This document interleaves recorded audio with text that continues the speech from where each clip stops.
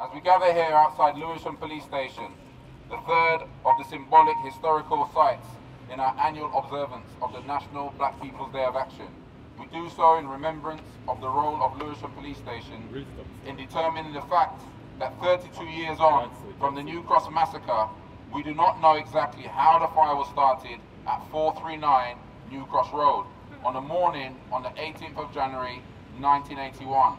Who started it and why?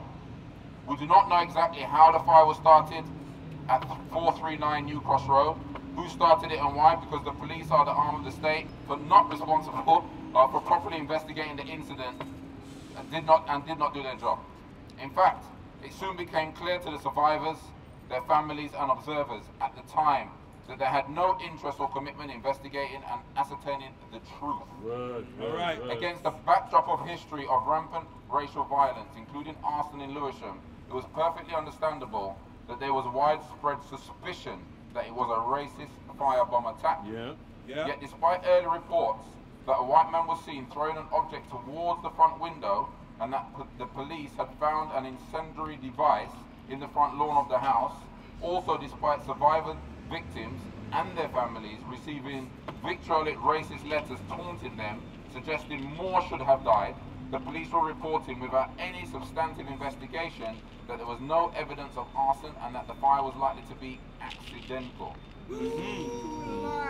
On one occasion, Mr. and Mrs. Goodin, parents of Andrew Goodin, who was only 18, who died in the fire, reported that they received a letter through the door saying, and I quote, "Hey Goodin, it was a great day when all the niggers went up in smoke," unquote.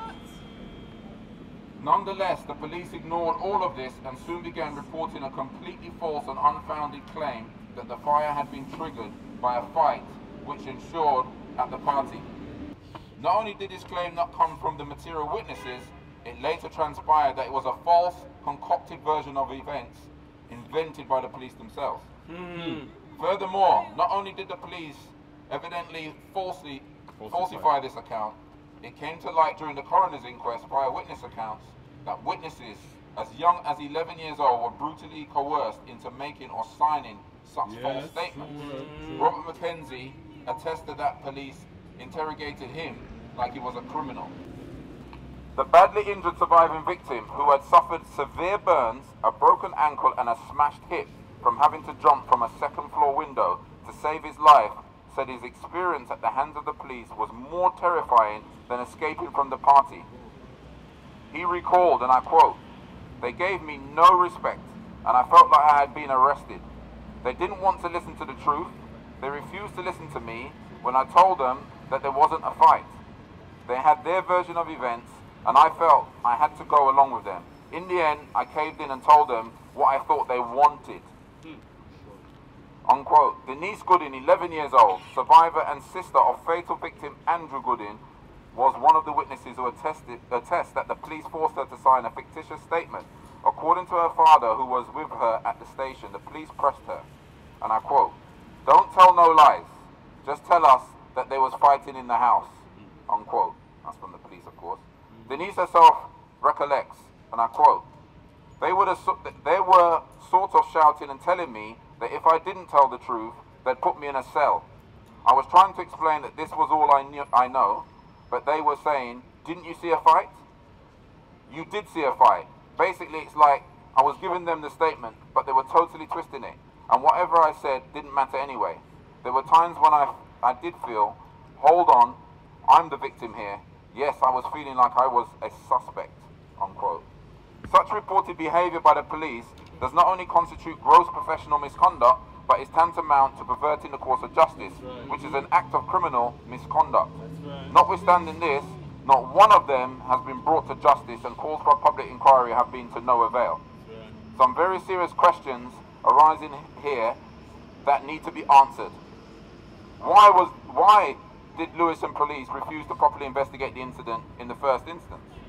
Why did they invent a completely false account of what happened?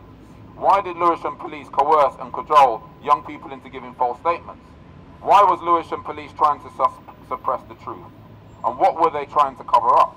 Who were they trying to protect? Did Lewisham Police Station in fact know what really happened? And who started the fire at 439 New Cross Road on the morning of the 18th of January 1981?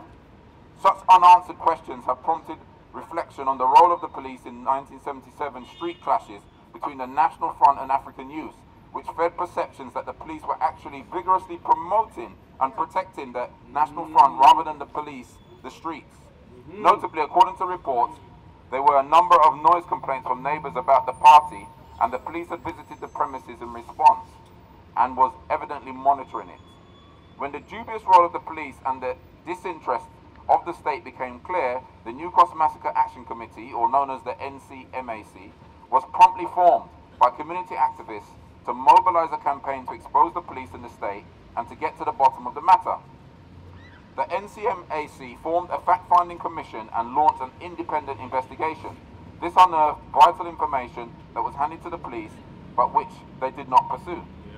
This included evidence of a white woman coming into the party around 5 AM with 2 suitcases, asking to use the toilet and reportedly leaving with only 1 suitcase. This was a vital lead which the police should have, but didn't, if only to eliminate it. The coroner's inquest also raised serious questions. Firstly, it was convened with indecent haste just 3 months after the incident. This in itself was deemed a travesty of justice as the police had not concluded their investigation. Helen Shaw from the pressure group inquest was expressly shocked by the speed of events. She said, and I quote, "If the police were investigating a controversial, serious case like this, it would take up to 2 years or even longer before an inquest would be called. To me, it seems as though the authorities just wanted to hurry things up so the whole issue could be shut away and forgotten about," unquote. Reportedly, crucial evidence was suppressed by the coroner, Dr. Arthur Gordon Davies, whose summary was heavily directed towards suggesting the fire was accidental. The jury then returned an open verdict. The victim's family were expressly appalled and challenged the procedure. Although the High Court accepted that the summing up was inaccurate, it refused to overturn the verdict. Let me just repeat that. Although the High Court accepted that the summing up was inaccurate, it refused to overturn the verdict. All right. George Francis, father of Jerry Paul Francis, only 17, said, I quote, "It was a farce," unquote. Helen Shaw asserted, and I quote, "Everything that could go wrong for families and criminal justice system went wrong for these families." The coroner, Dr. Davis, considered the most experienced coroner in the country at the time, is reported to have given the following rationale for his actions. And I quote, "It was a very volatile, highly charged event. My concern was to stop blood on the streets. We'd had one riot already. I wanted to do everything possible to prevent one," unquote. Another one, sorry, unquote. This admission of a premeditated agenda, other than making findings of facts based on the evidence present, is a virtual confession of having perverted the course of justice. Yet Dr. Davis was never brought before a court of law to answer to criminal charges. This is another clear ground for a public inquiry. Not surprisingly, the second inquest, held in 2004, which produced another open verdict but eliminated racially motivated arson, was largely and equally regarded as to be a farce. This travesty of justice has denied the bereaved, the survivors, and the African community justice and closure. As Brother George Francis, now 82, lamented during the 30th anniversary memorial of the NCM, and I quote, "It is now 30 years since the dreaded fire, and we are still hoping that something may come to light in the years to come. The parents of the victims are getting older and older, and time is moving on. We hope to get some answers before we depart as to what happened on that fateful night. We are all looking forward to a really lovely memorial. We will never be able to come to terms with what happened until we get a positive answer," unquote. As a people on the verge of building a nation, we pledge that we will not rest until justice is done and seen to be done for the victims of the New Cross Massacre and their families. Tande Morin.